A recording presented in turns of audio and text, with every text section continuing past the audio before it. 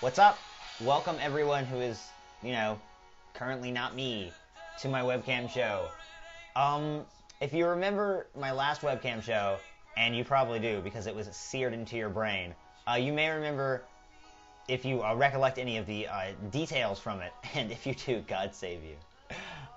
If you recollect any of the details, you may remember that my corporeal, we'll say husk, was subject to the whimsy of any and all of the Zack entities which had previously coexisted peacefully within me.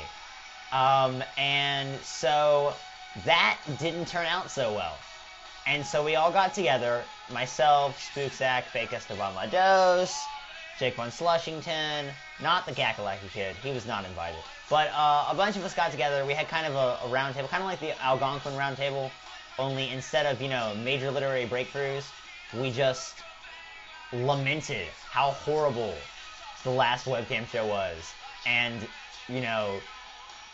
wept due to its ineptitude and awfulness. So we decided that we would never let that happen again. Not just because Steven said he would come murder me if that happened again, because I don't fear Steven, but because, did you see the webcam? It was so bad, and I can't do that to you guys. And so we all got together and we decided that all the Zack entities would be allowed one realm of existence. For example, I get to do the webcam shows. I'm just regular Zack, in case you're wondering.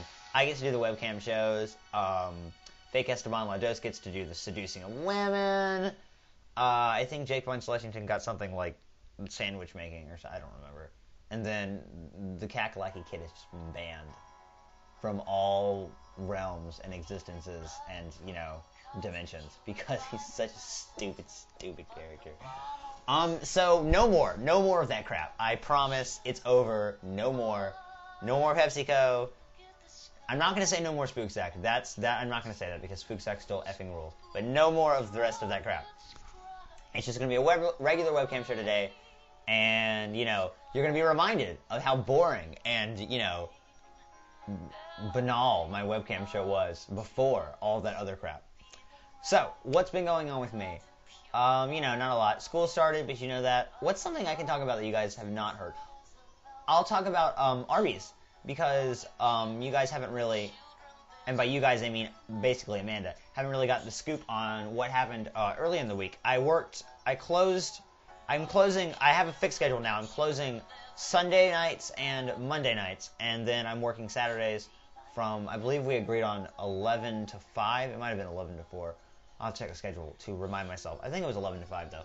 But, so, I'm closing, and if you've ever closed anything before, you know that closing, it can be good or bad depending on the manager you're working with. That's pretty much what dictates how it's going to go.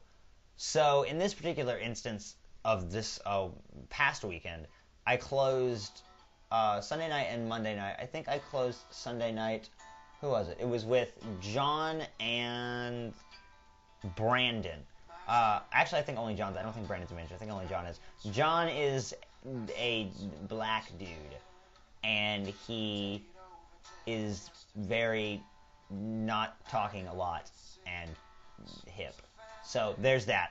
He's very lax, which is nice. And I was closing on the in the back room. This is my first day ever working in the back room, which is where we wash the dishes, and that's where the lettuce is and crap.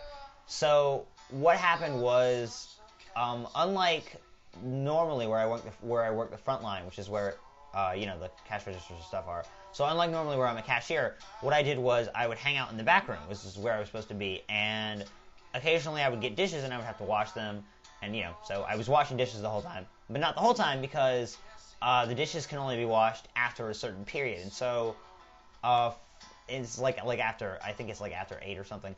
And so prior to that, I was just doing small chores. I had to sweep out the freezer, which kind of sucked because the freezer was friggin' cold, man. And there was this awesome Arby's leather jacket you're supposed to wear so that you don't freeze, and I looked great in it. Let me just tell you, I was so hot. But it was really boring for the first 2 hours because I wasn't really doing anything. And when you work the front line, you're used to. I mean, there's lulls when there's nobody showing up, and you're oh, let me go wipe the tables down again. But you're used to go. when you're working. For some reason, I said go, but I was thinking goo, like Goo Goo Dolls, not like Goo from My Brother and Me.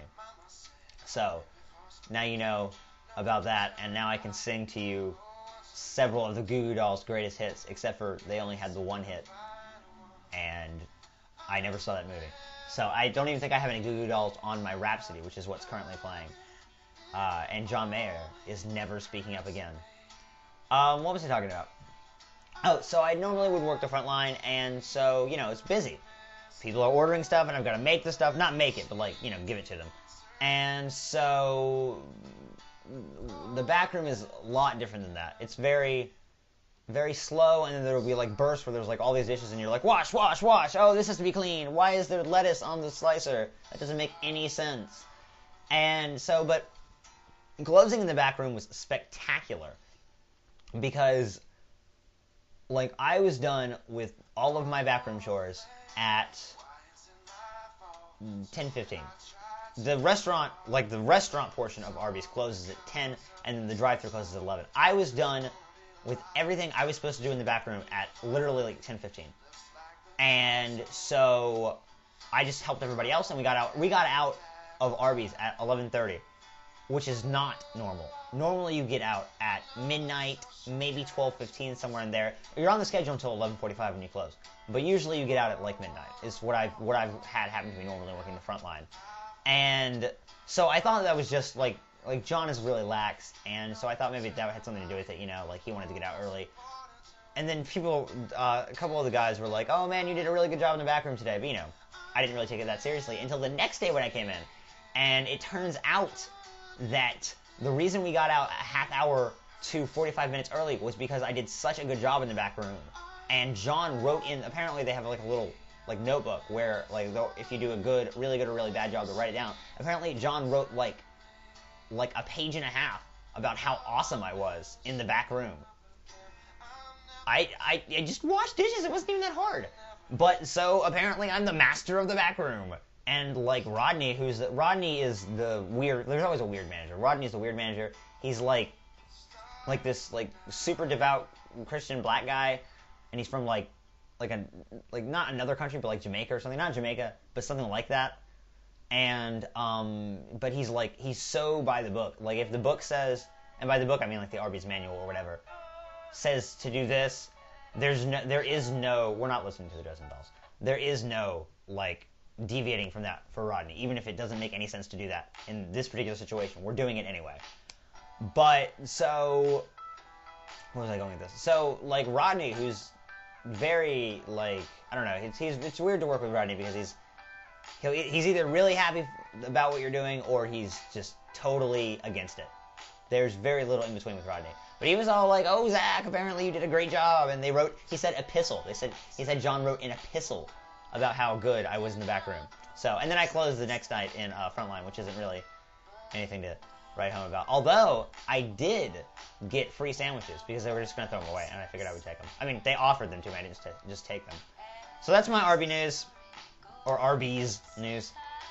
Yay for me being good in the back room, I guess. And yay for me being good in the front line, I guess. So I don't really have anything else to say. I'm going to a soccer game tonight. Not a UNCC soccer game. I'm going to go watch Kristen play soccer with Amanda.